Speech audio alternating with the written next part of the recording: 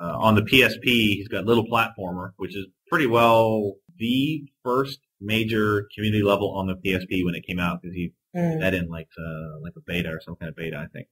Scorching Scamper, also on the PSP, Clambering Crawlway, and then he also did a remake of Calamity Construction on the PSP. Just loads of good stuff. So much fun to play and so polished. Either platform, he's just one of the greats. Mm-hmm, definitely. All right. So I think that about sums up Jack. So we can move on to topic of the podcast, which is something that just kind of popped into my head probably about a half an hour ago, and that's motion gaming. So this one isn't quite as related to LittleBigPlanet, since we are not able to use the PlayStation Move with LittleBigPlanet. But I mean, as you've said before, we're all gamers. We're playing LittleBigPlanet, so I think this is something that's relevant in all our minds right now. Using the PlayStation Move, the Kinect, how we feel about it. Because I mean, there's people that are polar opposites on this one. I mean, there's people who think that this is the worst thing that could happen to gaming right now. They're just waiting for it to die. There's people that are loving it. I don't know if it really is like casual versus hardcore on that. I mean, do you think it pretty much is that on those two opposites? So I think it's a new form of input, right? Mm-hmm. That will eventually find its place. And I think it's probably being overused right now because it's new and different. And then eventually it'll kind of settle in. Like when you think about like when the mouse was invented for the computer, they had programs using the mouse for things that were relatively stupid. And then eventually you settled in. You know, there's times when a mouse is the best tool, and not everything uses it to its fullest extent, but when you need it, you really need it. And that's the same thing with the Move controller or Kinect. Mm-hmm. I think the Move in particular is proving to be somewhat revolutionary on the front of first-person shooters. Okay. Have you actually played one? I've done it with just the controller. I messed around with the Dead Space shooter, the rail shooter. I actually, believe it or not, I picked up a PlayStation sharpshooter with the intent of buying Killzone 3 because that's just the coolest thing I've ever seen. And you put the nav controller and the front grip and the Move controller down the barrel, and you stand in front of the TV, and that really is now starting to get shooter players on PCs have been going on and on about for years. It's the precise control, right? Like on a PC, you use the mouse and you can aim exactly where you want to aim. You don't have to like move a stick to point the reticle, right? Mm-hmm. So when you have a Move controller, you're pointing. I mean, you're doing the motion. And I think it's really going to be a change, and I think that's going to stick. Whereas games like Tumble, like the block stacking game, that's a little gimmicky. Some of the other titles, like there's Move support for some games, like Tron Evolution has Move support that's pretty lame. Mm-hmm. They just kind of stuck it in there. It's like because they could, not because they should. I think it's great, and I just think that developers are going to, over the next year or so, are going to figure out exactly what it's going to be best used for. And they're getting there, right? There's some good uses of it, and there's also some bad uses. So going back to LittleBigPlanet, if you could choose between having a mouse keyboard and PlayStation Move, which would you prefer? Mouse keyboard. Exactly. I feel the very same way. Yeah. I mean, I can see, like, I guess I don't actually have a Move. I have prehistoric moves, but I don't have a Move to play with. But, prehistoric moves is really fun, by the way. I really hope to see a lot more of that in LittleBigPlanet. It's a great gameplay mechanic, just generally speaking. Yeah, but I'm just dying for the mouse and keyboard because I think I just can't imagine how much easier that'll make everything. Oh, yeah, just you grab a corner or something and drag it to the size you want.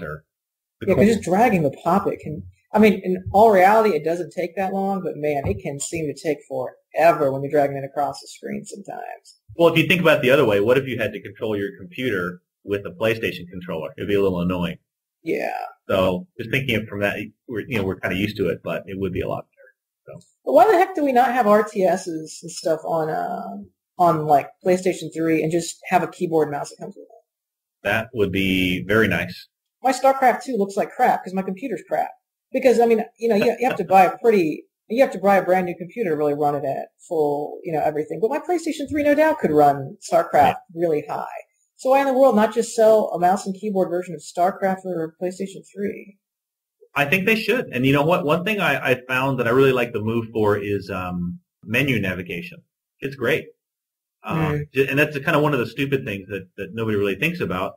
One of the little, silly kind of side things is it's just picking stuff in the menu. It's not like a controller's bad, but, there's your screen. There's the options. You just can point at the one you want, and you just press the button, and then you're ready. You're playing. All right, so speaking about that, have you gotten to use the Kinect much? I haven't.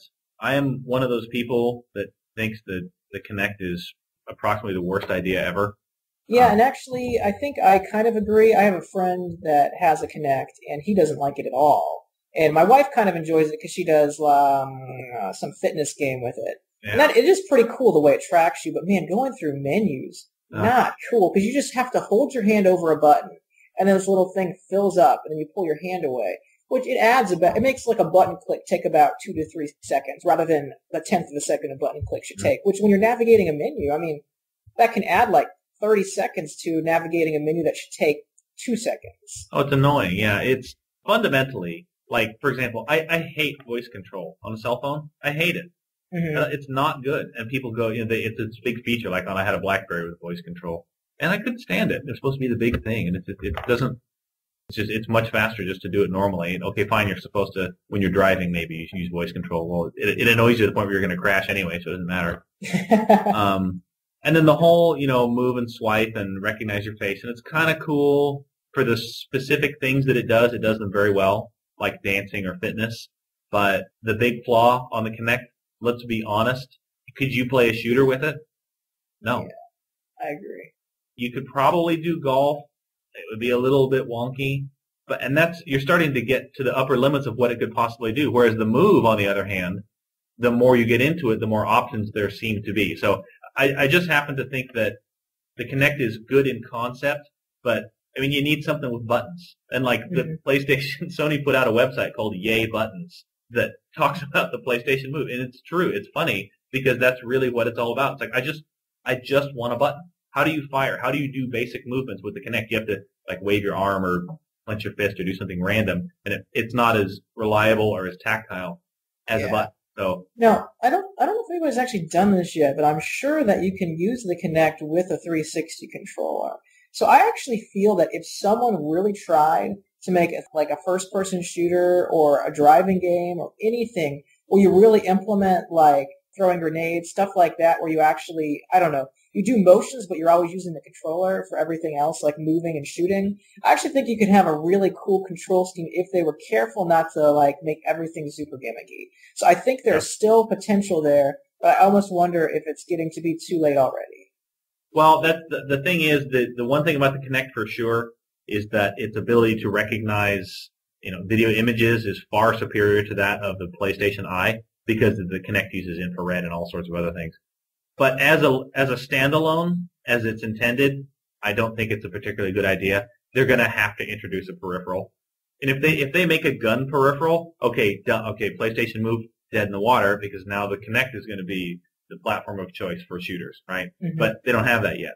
But for now, since I don't really like dancing games anyway, Kinect is not anywhere near my list of purchases. So, and the PlayStation Move, which I own, is really cool. I love it. Alrighty. Use it a lot. So we'll move into Create Tips now, which is we told you that we weren't doing the last episode, and we are doing this time, and this is one that I think who you're probably pretty excited about, because I know you've done a lot of writing on the boards about this before. And I put way too much time into this area of the whole making a level, and this is it's promoting your creations. Yep. So once you make a level, how are you going to try to get people to play it? And I would not be surprised if I put more time into this when I was on the PS3 than anybody ever has. I mean, I would spend in it basically after I published a level, and I put about 3 months into each of my LBL levels. So I mean, I put a lot of work, and that's like hours almost every day. Yeah. And so once it's published, I was like, all right, I'm going to dedicate a day just to trying to get people to play this. So, I mean, there's the simple stuff, and that's the stuff that most people would do. And this is not the crazy, wow, would anybody ever waste that much time idea. This is just going on to, I mean, every forum there is. And there's actually a lot more now. Like we were just mentioning, there's a forum we'd never even heard of. So just going on to every forum, especially Little Big Workshop, Little Big Planet Forum, Little Big Planet Guide, that's one of them. Little Big Network, Little Big Land, Little Big Planet Central, and even like GameFAQs has a forum for it. So just go on to all of those and make a thread for each of those. Check on them a lot right after you post. Make sure that every time someone replies, you reply back to them and keep the thread alive.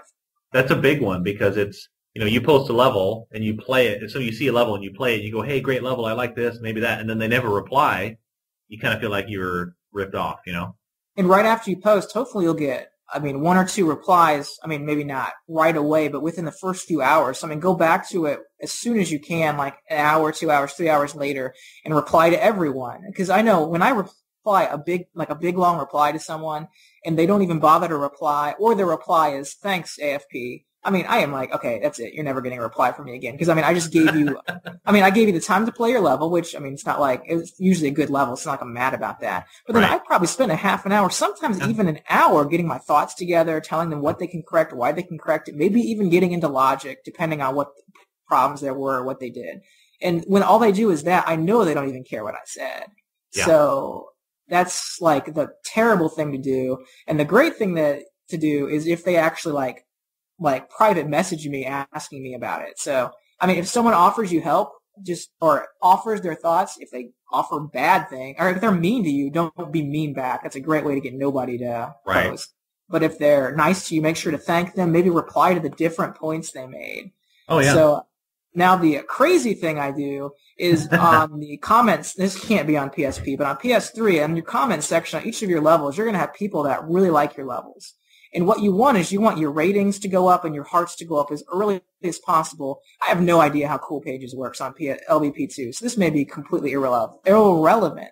But on the original Little Big Planet, you wanted to jump up that Cool Pages fast and stick. So I would actually go through messaging everybody that said they liked my level. So I would spend the day making sure that everyone who loves my levels enough to let me know they love my levels knows that I have a level out there. So in that 24 hours of the first day being out, every single person that loves my levels is going to play it. And that would push all my levels to page 1. And that's why people ask, well, why are your levels always played? It's because I make sure that everyone that likes them plays them right away. So then I'm on page 1 for as long as I can be on page 1. So it's a painful day 1 for me, getting that level noticed by everyone. But after it's over, my levels are noticed for a long time after because they have a lot of plays once I've had my week. And, it's helped me to become a somewhat noticed creator, which, it's ridiculous the things I've done. But, it works. So that's how I am able to promote my creations. Well, I'd say somewhat is a little bit underselling yourself. I'd say you're a highly noticed creator, and in no small part to all that effort. It's on one hand, I'm inclined to say that's a little stalkerish, and yet I'm also very impressed, and there's a quite a bit of why didn't I think of that in there as well. I think that's great, and I really think that it's a good approach, and just fundamentally, it's letting people know that you appreciate their time, and then you're building, I don't know, almost like a customer base, right? You've got people that like you and you friends that you've made, and you're like, hey, you like the last one? I got another one out, and thanks for playing, thanks for the feedback. I'll do something and do feedback for you and that kind of stuff. I'll agree. It is kind of stalkerish. I am going a lot. I have had, I'd say 10, 20 people reply to those saying, thanks for letting me know, but how in the world did you find me? It's obvious. I don't bother to reply. It's obvious. Your PSN is on your comment, so I just message your PSN.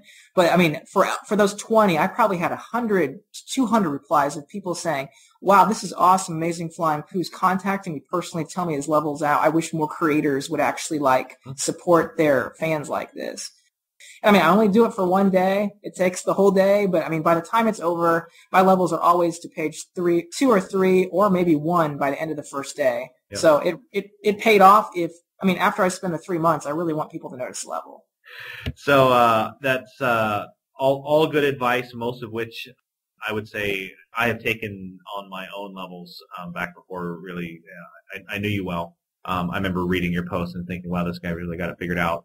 And following that advice, and it's really, it really makes a big difference. And one of the main things that you can do, and this is, especially on Little Big Planet Central, they have a formal system for it. But leave feedback for other people. Yes. If you want people to play your level, you have to start by playing theirs. And go find somebody, play their level, and go, hey, I really liked your thing. I thought this was great. Say one really nice thing. Say one thing that you had trouble with, and say one thing you thought they could do better, and then wrap it up again with another nice comment. It doesn't take long.